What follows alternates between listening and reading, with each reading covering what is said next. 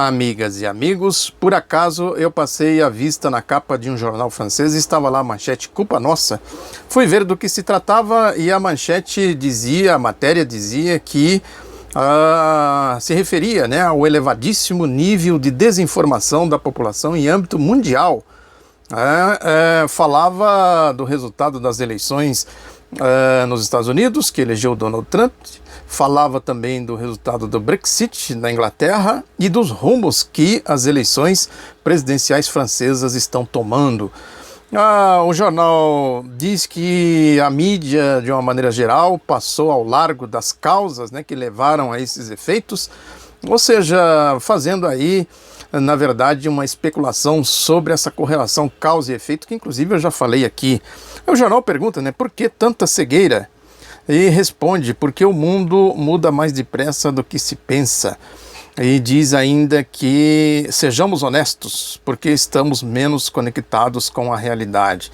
É exatamente isso, porque a realidade realmente é de difícil compreensão, né? As coisas estão acontecendo numa velocidade muito grande, fundamentalmente porque há sim um processo de transição social, quer dizer, as coisas do jeito que estão não vão ficar, né? Ou elas vão para um rumo ou vão para outro. É a crise profunda que passa o capitalismo, é o resultado dessa crise profunda.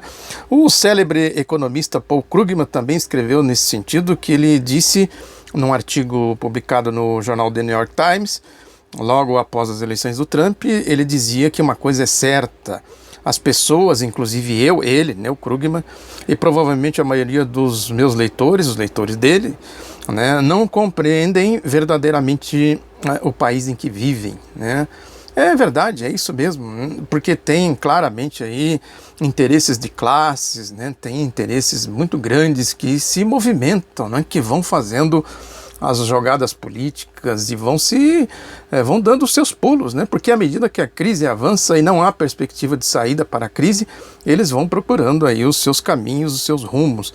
E, consequentemente, o povo também sente, o povo que mais sente os efeitos da crise também vai procurando os seus caminhos. A eleição do Trump, o Brexit e os rumos que as eleições francesas estão tomando, indo para a direita, também é resultado dessa percepção do povo. O povo precisa de uma saída e vai tentar aí, logicamente, não está dando com esses, vamos tentar outros. É esse o pensamento que está aí permeando todas essas decisões. A direita tradicional, conforme diz aqui a matéria desse jornal, ela não compreendeu exatamente, não é que ela não compreendeu, é que ela não tem resposta para esta realidade. Vai dizer o que para o povo? Né? A Hillary Clinton, por exemplo, né? O que ela tinha para apresentar para o povo como proposta, né? Como saída para a crise, né? Porque é objetivo, a questão é objetiva. E na subjetividade não há como trabalhar um processo, né, que seja desconectado da objetividade da realidade. A leitura que precisa ser feita é exatamente essa: a correlação da causa e efeito nos marcos da crise do capitalismo. É uma crise mesmo profunda, de dimensões gigantescas, sem perspectiva de saída, não tem nenhum vislumbre, né, de que essa crise possa ser superada. E, consequentemente, o que vai acontecendo são essas crises políticas, isso que o jornal chamou aqui de cegueira, né, porque não dá para se saber exatamente que resposta é possível dar numa situação como essa. Na Inglaterra, nos Estados Unidos e na França, o que está se manifestando é a revolta dos eleitores, né, da população que se sente abandonada e que já não vota mais como antigamente, né? É o que se chama por aí de crise de representatividade, desencanto com, entre aspas, os políticos, né? Na verdade, o desencanto deveria ser com o sistema. É o sistema que está causando tudo isso, é o sistema que causa essas crises. Consequentemente, a direita tem interesse em achar aí os culpados, né? Os culpados, no caso, são os políticos. Isso aqui no Brasil a gente está vendo concretamente. Não há ainda uma percepção clara das causas, né, que geram os efeitos da crise de uma maneira geral, exatamente porque existe aí o jogo, a máquina ideológica, né, a máquina publicitária do capitalismo, Certamente eles não vão apontar e dizer claramente quais são as causas desses efeitos. O efeito principal é o desemprego, né, que gera uma série de outros fenômenos que atingem, né, a objetividade e a subjetividade das pessoas. As pessoas sem emprego perdem a perspectiva, perdem aquela... o sentido de pertencimento à sociedade, quer dizer, ele se sente um excluído, né? Não tem, sem contar o que é mais grave, né? Não tem recursos para pagar as despesas de casa, sustentar a família e assim por diante. Quer dizer, além do efeito objetivo, tem também o efeito na subjetividade e as manifestações, o efeito, o resultado dessas eleições do Trump, do Brexit, né, e possivelmente da eleição francesa, é resultado disso, né, dessa crise aí que não oferece perspectiva. No Brasil, a compreensão dessa correlação causa e efeito ainda está muito distante, né? Mas já é possível dizer que uma crise social de proporções gigantesca, né, está sendo gestada. A imensa maioria da população sente claramente que foi enganada pelo golpe. Isso já é uma percepção, já está na subjetividade das pessoas de que elas foram enganadas aí pelas promessas do golpe.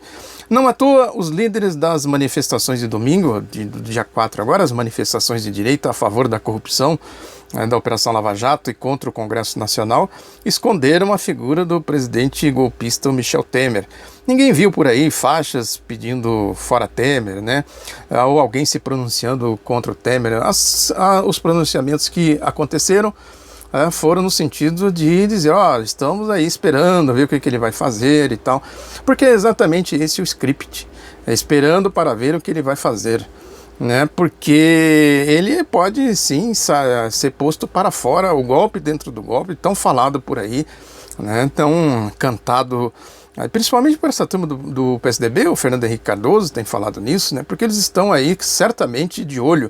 O Meirelles também, o Henrique Meirelles, ministro da Fazenda, entrou na alça de mira, né? A própria cúpula do PSDB começa a bater no Meirelles, né? Segundo aí o Globo, o Michel Temer esteve reunido com a cúpula do PSDB, e sobraram críticas para o Meirelles, porque é isso, né? Porque eles precisam dar consequência ao golpe, ao programa do golpe.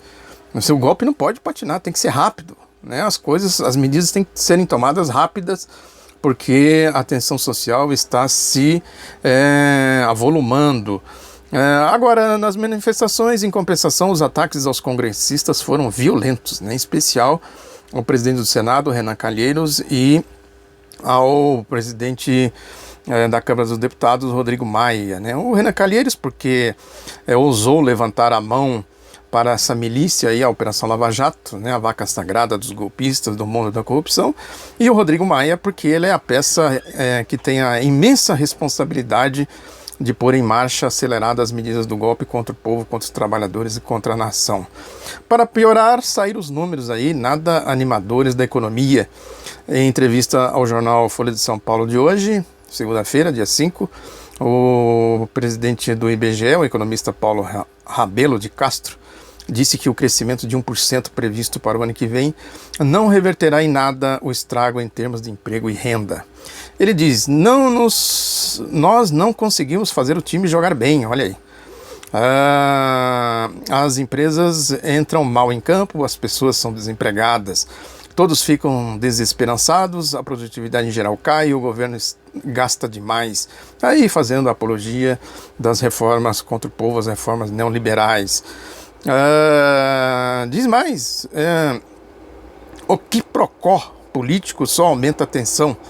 A pior coisa que poderíamos enfrentar hoje é um novo estado de desconfiança em relação à figura do presidente da República. Mas o que mais tem é desconfiança em relação ao presidente golpista. Podemos dizer que estamos como na famosa peça A Ópera dos Três Vinténs, inspirada na ópera do Mindingo, que também inspirou Chico Buarque a escrever a Ópera do Malandro. Na peça do Bertolt Brecht, o personagem Mac Navalha é um anti-herói, um ladrão perigoso que vive cercado por uma gangue que o ajuda a fazer o trabalho sujo. O bandido depende de todo mundo acaba traindo-o pelas costas, porque ele vai fazendo esse jogo, tenta agradar um aqui, corromper outro ali, né? Mas ele sempre dá um jeito de ter todos nas mãos, né? As tantas, Jonathan Pico, o personagem burguês cuja filha tratada a pão de ló se apaixona pelo bandido, diz: a lei foi feita única e exclusivamente para explorar aqueles que não a entendem ou que, por pura necessidade, não podem cumpri-la. E quem quiser receber sua parte nessa exploração tem que agir rigorosamente dentro da lei. É uma das peças aí do Bertolt Brecht, né, de cunho político-social, que denuncia uma sociedade sem ética, sem princípios e amoral, que protege o bandido e humilha as pessoas que trabalham honestamente e não têm direito a nada. É exatamente o que nós estamos vendo no Brasil hoje.